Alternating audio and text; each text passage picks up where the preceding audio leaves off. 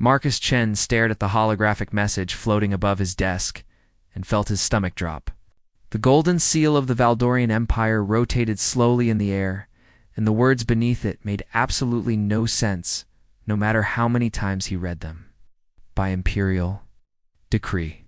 3 daughters of Emperor Thalen are hereby remanded to the custody of human diplomat Marcus Chen for behavioral correction and cultural rehabilitation. Duration: 6 months. Failure is not acceptable. Marcus ran his hand through his black hair and let out a long breath. He had been Earth's diplomatic liaison to the Valdorian Empire for 3 years now. In that time, he had negotiated trade agreements, resolved mining disputes, and even helped broker peace between 2 feuding Valdorian noble houses. But this was completely different. Computer, pull up all available information on the Emperor's daughters, Marcus said. 3 holographic profiles appeared before him. The first showed a tall figure made of what looked like living crystal, her form shifting between shades of deep purple and silver. Princess Leary, age 24 in Earth years. The file listed her offenses: public defiance of imperial customs, refusing 3 arranged political marriages, and making unauthorized statements to galactic media about Valdorian social hierarchy. The second profile showed another crystalline being, this one with colors that shifted between emerald green and gold. Princess Sina, age 22. Her record included disrupting royal ceremonies, associating with common citizens, and proposing radical reforms to imperial education systems. The third was Princess Kessa, age 20. Her crystalline form flickered between sapphire blue and white. Her file was the longest: 14 counts of leaving the palace without authorization, organizing protests among lower caste Valdorians, and publicly criticizing her father's environmental policies. Marcus leaned back in his chair. These were not spoiled princesses throwing tantrums. These were young women fighting against a system that suffocated them. And somehow the Emperor thought sending them to a human would fix them. His door chimed. "Come in," Marcus called. Dr. Sarah Williams, Earth's chief xenobiologist, entered with a concerned expression. "You got the message too?" she asked. "Yeah. Sarah, what am I supposed to do with 3 alien princesses? I'm a diplomat, not a guidance counselor." Sarah sat down across from him. "The Valdorians have been studying humanity for decades, Marcus. They're fascinated by our ability to adapt, to overcome impossible odds, to thrive in chaos. They call it the human miracle. The Emperor probably thinks you can work some kind of magic on his daughters. It's insane. They're not broken devices that need repair. They're people. Tell that to an emperor who sees his daughters as extensions of his legacy." Sarah pulled up another file. "I've been researching Valdorian family structure. It's very different from ours. Parents and children rarely form emotional bonds. Offspring are raised by professional educators and groomed for specific roles. Love as we understand it doesn't really exist in their families." Marcus felt a pang of sympathy. So these 3 grew up without any real parental connection? Exactly. And now they're rebelling against everything they were taught. The Emperor is probably embarrassed and desperate. But when do they arrive? 3 weeks. Their ship is already en route. Marcus spent those 3 weeks preparing. He cleared out 3 rooms in the diplomatic residence. He studied Valdorian psychology, culture, and biology. He learned that despite their crystalline appearance, Valdorians had complex emotional lives they were simply taught to suppress. He read everything written by the princesses themselves, finding intelligence, passion, and a deep desire for purpose beyond their titles. The day finally came. Marcus stood on the landing platform as the Valdorian shuttle descended. His heart pounded. 6 Imperial guards emerged first, their crystalline armor glinting in the sunlight. Then came the princesses. Princess Leary stepped out first, her purple and silver form towering over Marcus at nearly 7 feet tall. Her face was angular and beautiful in an alien way, with eyes that glowed like amethysts. She looked at Marcus with barely concealed contempt. "You are the human who will attempt to correct us." Her voice had a musical quality, like wind chimes in a storm. "I'm Marcus Chen, yes. But I'm not here to correct anybody. Princess Senna emerged next, her green and gold coloring catching the light.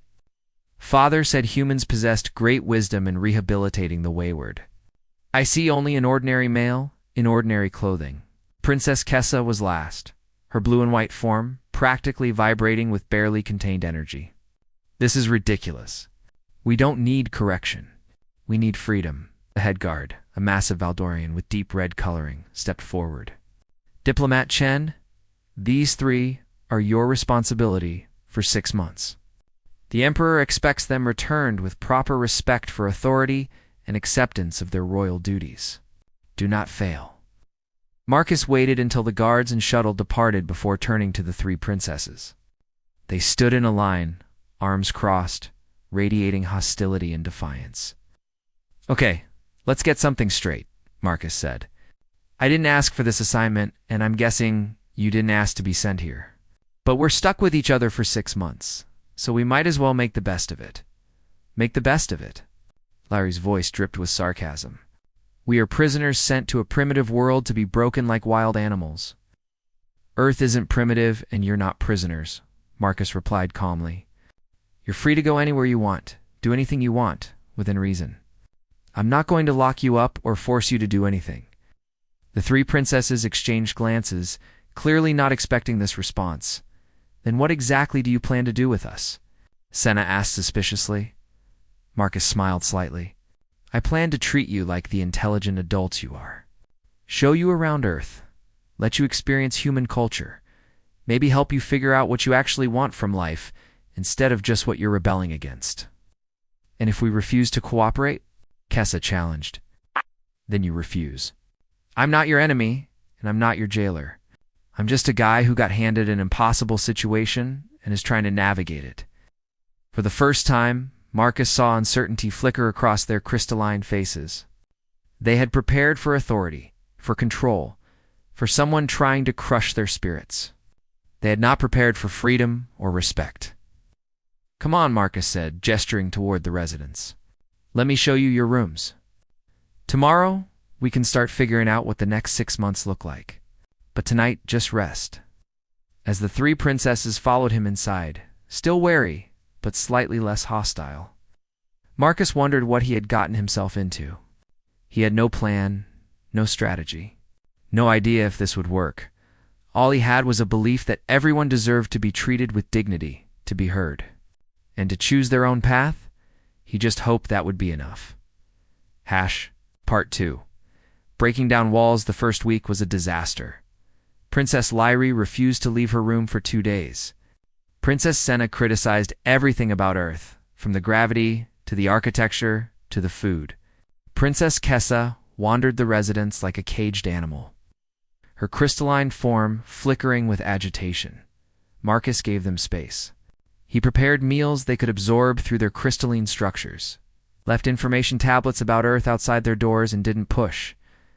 On the 8th day, hunger and boredom finally drove them to the common area where Marcus sat reading. I suppose you're satisfied, Lyrie said coldly. You've successfully made us feel isolated and powerless. Marcus looked up from his book. Actually, I was giving you time to adjust. Moving to a new planet is hard. Being sent here against your will is harder? I figured you needed space. What we need is purpose, Kessa blurted out. Not being trapped in this building like decorative objects. Fair enough, Marcus said, closing his book. What kind of purpose do you want? The question clearly caught them off guard. What do you mean? Sina asked cautiously. I mean, what interests you? What do you care about? What would you do if you could do anything? Lyrie's purple and silver form seemed to dim slightly. No one has ever asked us that before. Well, I'm asking now. The 3 princesses looked at each other. Finally, Lyrie spoke. I studied social systems at the Imperial Academy. I wanted to understand why some societies thrive while others crumble. But such interests are considered inappropriate for royalty. I care about education, Senna added quietly. So many young Valdorians never get proper schooling because of their caste. It's wasteful and cruel. Kessa's form brightened with energy. I want to help repair damaged ecosystems. My homeworld has so many dead zones from mining operations. One proposed restoration projects, but Father called them sentimental nonsense. Marcus nodded slowly. Okay, so tomorrow we start doing something about those interests. What do you mean? Leary asked. I mean, Earth has plenty of problems you can help solve. If you want to study social systems, I know a community center in the city that's always overwhelmed. If you care about education, there are immigrant children who need tutors. And if you want environmental work, we've got restoration projects running along the river. You want us to do manual labor? Sina sounded shocked. I want you to do meaningful work. The kind that actually helps people. The kind that lets you use your minds and talents for something real. The next morning, Marcus took them into the city. The princesses had never been in such a crowded, chaotic place. Humans rushed. Past in every direction, vehicles hummed overhead, and the noise was overwhelming. But something else was present too. Life, energy, and connection at the community center. Marcus introduced Leary to director Janet Rodriguez, a tired-looking woman with kind eyes. We help single parents, mostly, Janet explained. Job training, childcare assistance, food programs. We're always short on help. Leary watched a young human mother juggling a baby and two toddlers while trying to fill out paperwork. Without thinking, Leary approached. Her crystalline form could shift and extend in ways human bodies couldn't. She gently created a small barrier to keep the toddlers safely contained while playing, freeing the mother's hands. The mother looked up with tears of gratitude. Thank you so much. I just need 5 minutes. Something shifted in Leary's expression. For the first time in her life, someone needed her not because of her title, but because of what she could do at the Immigrant Education Center. Sina met children from 6 different planets, all struggling to learn Earth languages and customs. A small Threxian boy, barely 6 years old, sat alone in a corner, confused and scared. Sina knelt beside him. She could modulate her voice to nearly any frequency. She spoke in Threxian, gentle and warm. It's frightening being somewhere new, isn't it? The boy's eyes widened. You speak my language? I do. And I'm going to help you learn this one too. Would you like that? The boy nodded eagerly, and Senna felt something warm bloom in her chest. Purpose. Connection. Meaning meanwhile, Marcus took Kessa to the river restoration project. Miles of polluted waterway were slowly being cleaned and replanted by volunteers. The project leader, an older man named Tom, handed Kessa a soil testing kit. We need to know which areas can support plant life again, Tom explained. Think you can handle the testing? Kessa's entire form blazed with blue and white light. Her species had natural abilities to sense chemical compositions. She could do in minutes what would take humans hours with equipment.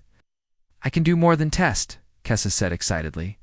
I can identify exactly which native plants would thrive in each zone and accelerate their growth cycle.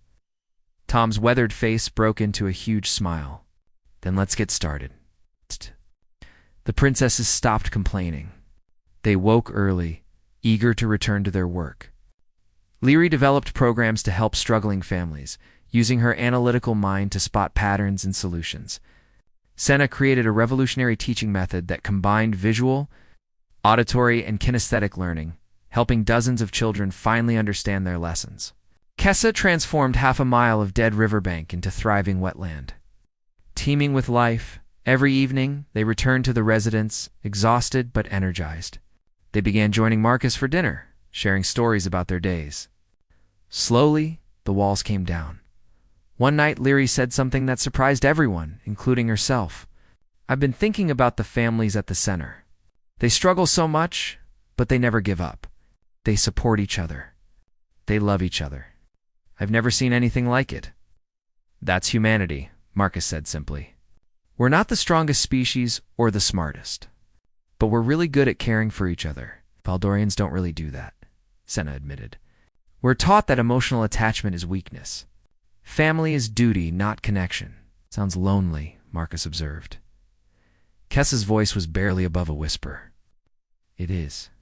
We spent our whole lives in a palace surrounded by people, and we were completely alone. Marcus felt his heart ache for them. You're not alone anymore. You've made real connections here. The people you help, they genuinely care about you. Not your titles. You. Over the following weeks, something shifted in how the princesses viewed Marcus too. He never demanded anything from them. He listened when they talked. He celebrated their successes and helped them work through failures without judgment. He made terrible jokes that somehow made them laugh. He remembered small things they mentioned in passing. He was everything a father should be, and everything theirs was not. One evening, Leary approached Marcus in his office. "May I ask you something personal?" "Of course. Did your father treat you this way?" "With respect and trust?" Marcus smiled sadly. "My dad worked 3 jobs to support our family. I didn't see him much. But yeah, when he was home, he listened. He believed in me even when I messed up. He taught me that people are more important than prestige." "I envy you," Larry said quietly. "Emperor Thalon sees us as assets to be managed. You're the first person who's ever treated us like we matter. You do matter. Not because you're princesses.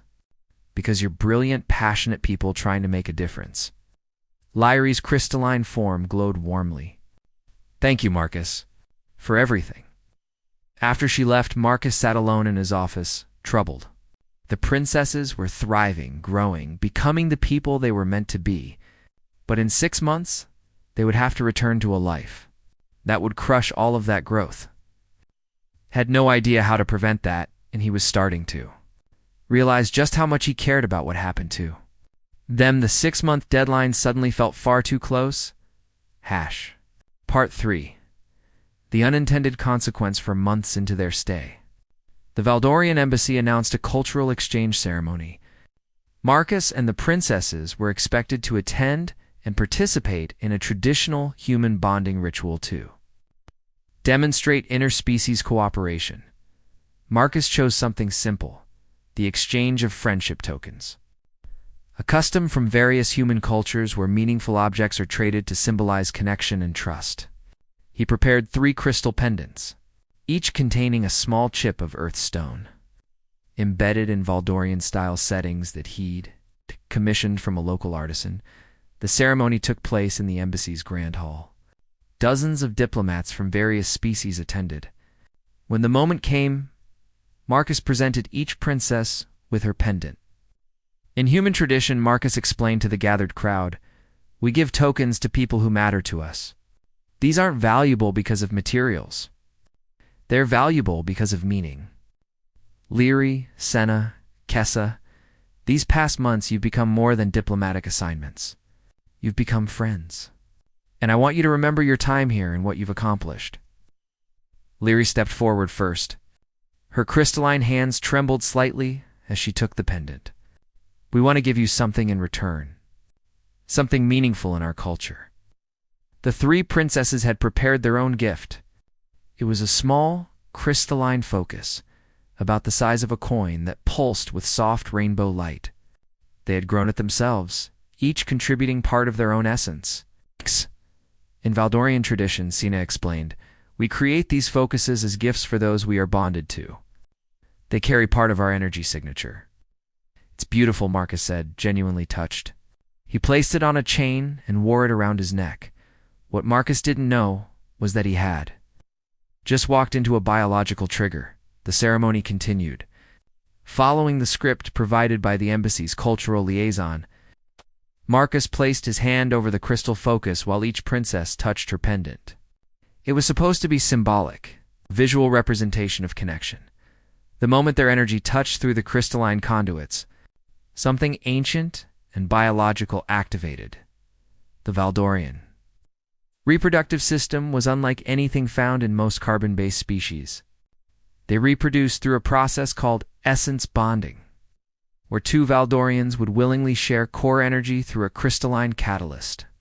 It required genuine emotional connection, mutual consent at a deep level, in the presence of a bonding focus.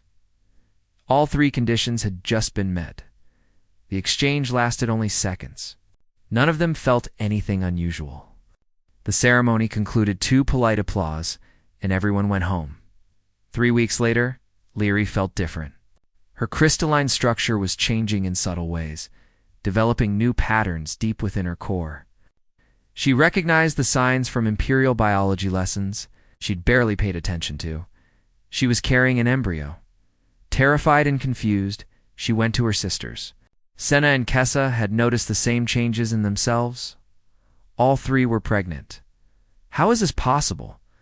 Kessa whispered as they huddled together in Lyri's room. We haven't been near any Valdorian males.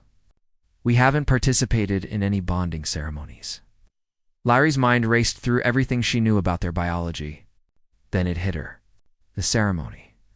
The crystal exchange.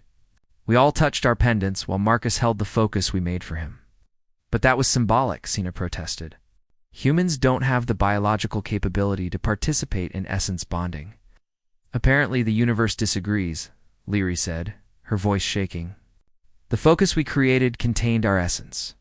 The pendants Marcus gave us created a connection. When we all touched them simultaneously with genuine emotional attachment, the bonding process initiated. With Marcus, Kessa's form flickered with panic. But he's human. This shouldn't be possible. Clearly it is, Lyri said. Our bodies recognize the emotional bond, the crystalline catalyst, and the mutual connection.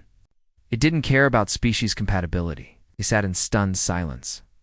What do we do? Senna finally asked. We have to tell Marcus, Lyri said firmly. This affects him too, even if he doesn't fully understand it yet. They found Marcus in his office, working late as usual. When they entered, all three looking distressed, he immediately stood. What's wrong? Lyri, the eldest, took the lead. Marcus, we need to tell you something, and you need to not panic. You're making me want to panic just by saying that. We're pregnant. All three of us. Marcus stared at them. I'm sorry, what? The ceremony 3 weeks ago? The crystal exchange. It accidentally initiated our reproductive cycle. You're biologically connected to these pregnancies. The color drained from Marcus's face. He sat down heavily. How I'm human. That's not biologically possible. Sina explained the essence bonding process as clearly as she could. It's not about physical reproduction like human biology. It's about energy and intention and connection channeled through crystalline structures. We didn't know it could work cross-species. Nobody did. Oh God, Marcus said, running his hands through his hair. Your father, the Emperor, he's going to kill me. He's going to think I deliberately seduced his daughters. You didn't, Kessa said fiercely. None of us knew. It was an accident. An accident that's going to look like the worst kind of diplomatic betrayal, Kassa said, his mind racing through horrible scenarios. I could start an interstellar incident. You three could be punished for this. We know, Lyri said quietly. We've been thinking about it for 3 days. There's something else you need to understand, Marcus. We can terminate the pregnancies. Valdorian medical technology makes it simple and safe, but we need to decide quickly. Marcus looked at each of them. What do you want to do? The question clearly surprised them. What we want, Sina repeated. This is your bodies, your lives, your choice. What do you want? The three princesses looked at each other. Finally, Lyri spoke. We want to keep them. These past 4 months have been the happiest of our lives. We felt purpose, connection, and something that feels like family for the first time. These children are an extension of that. We know it's complicated. We know it's dangerous. But we want them, then we keep them, Marcus said firmly. We could lose everything, Kessa warned. Your career, your reputation, possibly your freedom, if the Emperor demands extradition? I don't care, Marcus said, and he realized he meant it. These past months, watching you three grow and find yourselves, it's been amazing. If there are children now who are part of that, then we figure it out together. I'm not abandoning you. Lyri's voice cracked with emotion. You truly mean that? Of course I do. You're not just diplomatic assignments anymore. You're family. It was the first time anyone had ever called them family and meant it. Senna moved forward and did. Something Valdorians almost never did. She embraced Marcus, her crystalline form carefully gentle. Kessa and Lyri joined, and they stood together in a huddle of human and alien. All terrified of the future, but determined to face it together. We have maybe 6 weeks before the pregnancies become detectable by long-range bioscans, Leary calculated. After that, the Emperor will know. Then we use those 6 weeks to figure out how to survive what comes next, Marcus said. But even as he tried to project confidence, Marcus knew the truth. When Emperor Thalen discovered that a human had impregnated all 3 of his daughters, intentionally or not, there would be consequences beyond anything Marcus could imagine. The clock was ticking and they had no idea how to stop what was coming. Part 4. Facing the Emperor's Wrath. The Imperial fleet arrived 4 weeks early. Marcus was at the river restoration site. With Kessa, when the sky darkened with Valdorian warships, his communication device erupted with emergency alerts. Within minutes, armed soldiers materialized through quantum transport across the city. Kessa. We need to go now, Marcus said. Grabbing her arm, they rushed back to the residence where Leary and Senna were already waiting, their crystalline forms pulsing with fear. Before Marcus could speak, the front door exploded inward, and a dozen Imperial guards poured in. Weapons charged behind them came Emperor Thalen. Himself, Marcus had seen pictures, but nothing prepared him for the Emperor's physical presence. He stood nearly 8 feet tall, his crystalline form composed of deep crimson and black, colors that spoke of ancient power and barely contained fury. His eyes blazed like red stars. You, the Emperor's voice boomed like thunder. You dare touch my daughters. You dare corrupt their sacred bloodline. Father, please. Leary stepped forward. Let us explain. The Emperor's roar made the walls shake. I sent you here for correction, not contamination. And you, he turned back to Marcus. You saw an opportunity and took it. 3 royal bloodlines. 1 human male. How convenient for your species' ambitions. That's not what happened, Marcus said, trying to keep his voice steady despite his terror. It was an accident. A cultural misunderstanding during a bonding ceremony. Nobody intended this. Lies, Emperor Thalen hissed. Humans are cunning. This was calculated. You saw a path to power through my daughters and you took it. He didn't, Sina said firmly, moving to stand beside Leary. Marcus has never asked anything from us. He gave us freedom, purpose, and respect. Everything you never did. Emperor's form flared with rage. How dare you speak to me this way? Because it's true, Kessa joined her sisters, the 3 of them forming a line between Marcus and their father. You sent us here to be broken and remade into obedient daughters. Instead, we found someone who saw us as people, who valued our minds and our dreams, who treated us like we mattered. And now you carry hybrid abominations, the Emperor spat. Do you understand what you've done? Valdorian bloodlines have remained pure for 10,000 years. You've contaminated that legacy with primitive human DNA. Our children are not abominations, Leary said, her voice cold and clear. They're the first of a new future, one where species don't remain isolated by pride and tradition. There will be no children, Emperor Thalen declared. Valdorian law is absolute. Hybrid pregnancies threaten the genetic integrity of our species.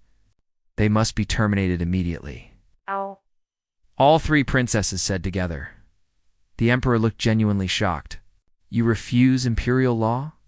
We refuse to destroy our children, Senna said. You can strip our titles. You can disown us.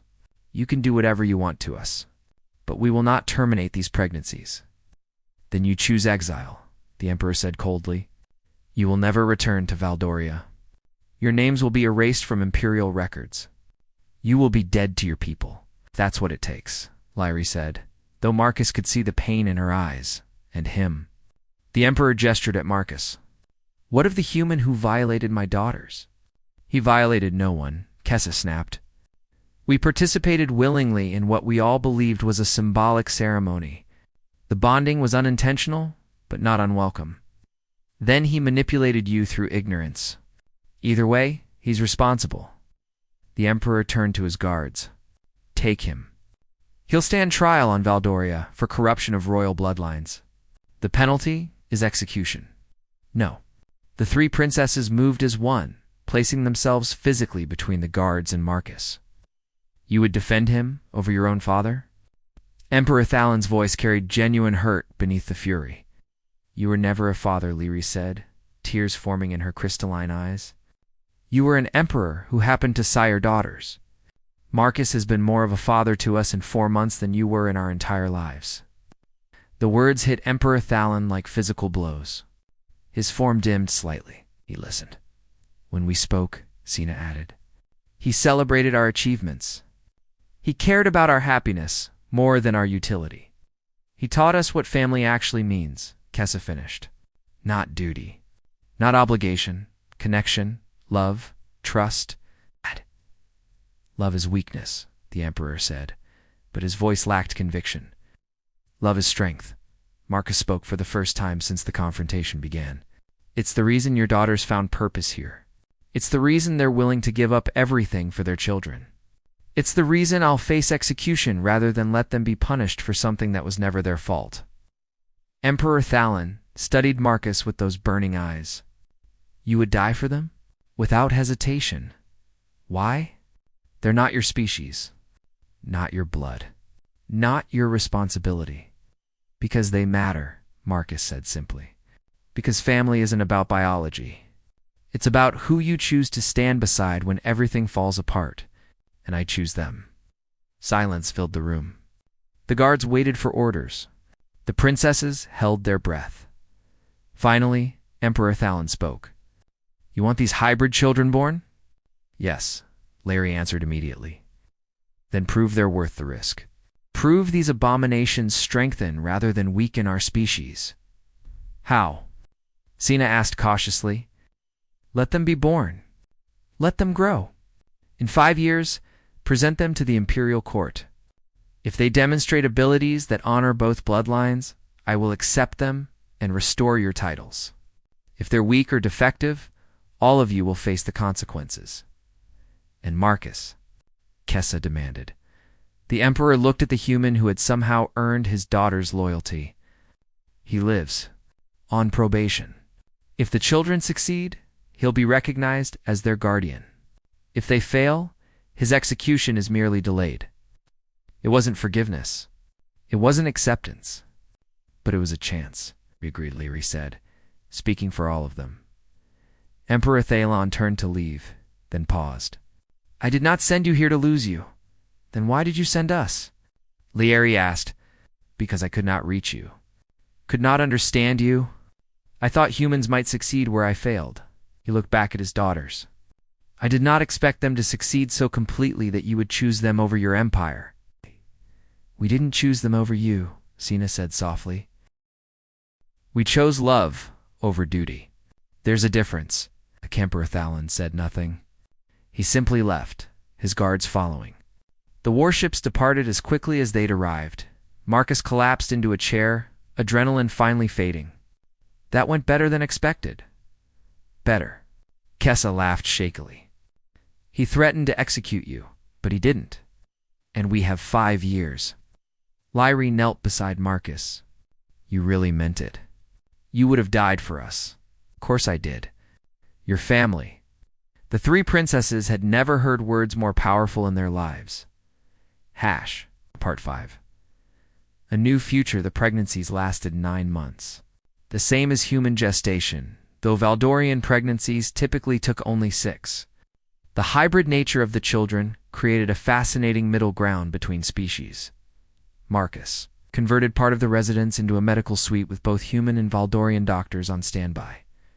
Earth's government, after the initial shock, threw their full support behind the princesses. The story had spread across the galaxy. 3 royal daughters choosing love and family over empire, a human standing against an emperor to protect them. It became a symbol of hope for interspecies cooperation. Lyri gave birth first to a daughter.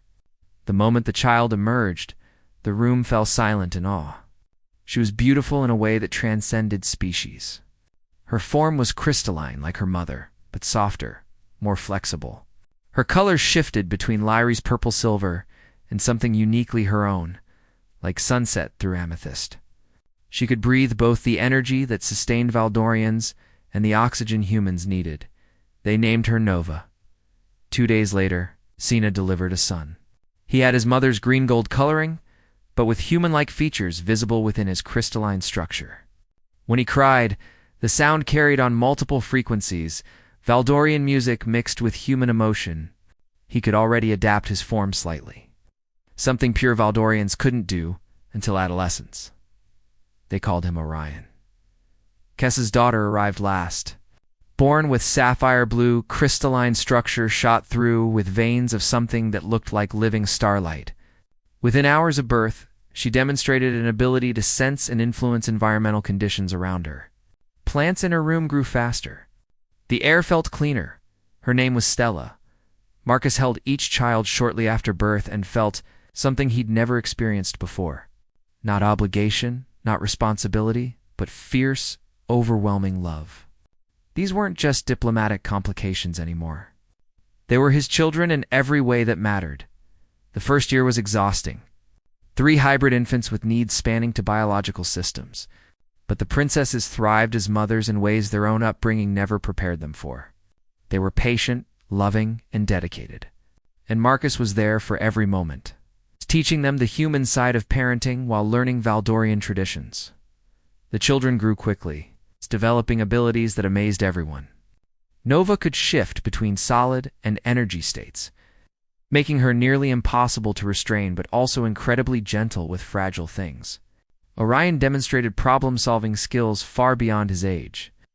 Combining Valdorian analytical precision with human creativity, Stella developed an almost magical connection to living things, able to encourage growth and healing in plants, animals, and even injured people. As the 5-year deadline approached, the galaxy watched and waited. The Emperor had remained distant, but true to his word, making no move against them. Marcus received regular updates that Valdorian public opinion was shifting. Many common citizens saw the princesses as heroes for choosing family over tradition. The day finally came. Emperor Thalan's flagship arrived at Earth, but this time with diplomatic fanfare rather than military aggression. The meeting was held in a neutral venue, a grand hall that could accommodate both human and Valdorian dignitaries. Nova. Orion and Stella stood before their grandfather for the first time. They were 5 years old now, looking like children aged 7 or 8 by human standards. They stood tall, unafraid. Their hybrid nature obvious and beautiful, Emperor Thalan descended from his throne-like chair and approached slowly. Marcus tensed, ready to intervene if needed. The princesses held their breath. The Emperor knelt, bringing himself eye level with the children. "I am Thalan, Emperor of Valdoria. You carry my bloodline." "We know," Nova said confidently. "Mother told us about you. You're the one who tried to kill our father." Blunt, honest, fearless. Marcus almost laughed, despite the tension. The Emperor's crystalline form flickered. "I acted in anger and fear. I saw only contamination, not possibility. I was wrong." The admission sent shockwaves through the assembled Valdorians. Emperors did not admit mistakes. "What? We brought you something," Orion said. He held out a small device. "It's an environmental restoration system Father and Mother Kessa designed.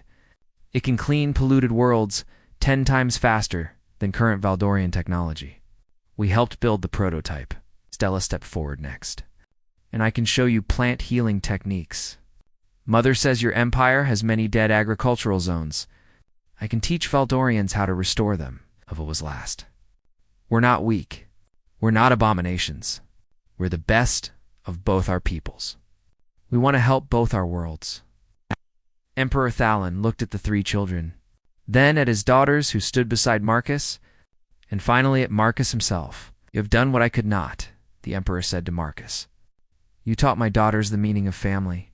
You raised these children to be strong without cruelty, proud without arrogance, and wise beyond their years." "I had good help," Marcus said, gesturing to the princesses. "Their mothers did the hard work. But you showed them how Emperor Thalan stood, addressing the assembled crowd. I came here 5 years ago to punish corruption. I leave acknowledging my own failure as a father and emperor.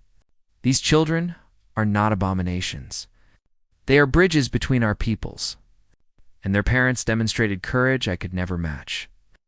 He turned back to his daughters.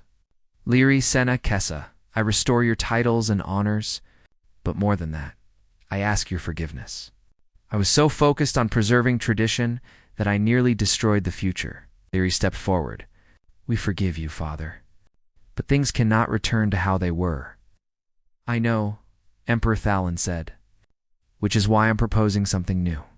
A joint human-Voldorian cultural institute. A place where both species can learn from each other. Your children would be the first students and eventually the first teachers. And Marcus? Kessa asked pointedly. Marcus Chen, Emperor Thalon, faced him directly. I name you guardian of the imperial bloodlines and ambassador of human-Valdorian relations. Your actions prove that family transcends biology. Your courage in facing me proved that honor exists beyond species. I was wrong about humanity. I was wrong about you. I hope you can forgive an old fool who nearly destroyed the best thing that ever happened to his family. Marcus extended his hand. After a moment, Emperor Thalon grasped it. The first recorded handshake between a human and a Valdorian emperor. The crowd erupted in applause that echoed across both species. 5 years later, the Human Voldorian Institute was the most prestigious institution in the galaxy. Students from dozens of species came to learn about cooperation, cultural exchange, and the power of looking beyond difference to find common ground. Nova, Orion, and Stella grew into remarkable young adults. Nova became a diplomat, using her unique perspective to bridge conflicts across the galaxy. Orion developed technologies that combined the best of human innovation and Valdorian precision. Stella's environmental work restored entire planets. Turning dead worlds into thriving ecosystems, the three princesses found balance between their royal duties and their roles as mothers. They split time between Earth and Valdoria, creating a new model of interspecies family. And Marcus, once a simple diplomatic liaison, found himself grandfather to a new generation of hybrid children as his kids started families of their own. Emperor Thalon, who had tried to kill him, became a close friend and co-grandfather, the two of them bonding over their shared love for their growing family. One evening, as Marcus sat on his porch watching the sunset, Leary joined him. Her crystalline form had matured beautifully over the years. Do you ever regret it? She asked. Your life became so complicated because of us. Marcus smiled. Are you kidding? I went from a boring desk job to having the most amazing family in the galaxy. I got to help raise 3 incredible kids who are changing the universe. I got to watch you and your sisters become the people you were always meant to be. Why would I regret that? Because you could have refused. That first day when we arrived angry and hostile, you could have sent us back. And miss all this? Not a chance. Senna and Kessa emerged from the house with Marcus's grandchildren in tow. Nova, Orion, and Stella followed with their own families. Emperor Thalon's shuttle was landing in the yard for his weekly visit. The house would soon be full of laughter, multiple languages, and the beautiful chaos of a truly blended family. Marcus looked around at everyone he loved and felt profound gratitude. An accident during a cultural ceremony had created this family. A misunderstanding had led to the greatest gift of his life. The Emperor had sent his daughters for correction. They hadn't returned corrected. They'd returned pregnant, transformed, and finally happy. And in the process, it helped create a future where love mattered more than biology, where family was chosen rather than assigned.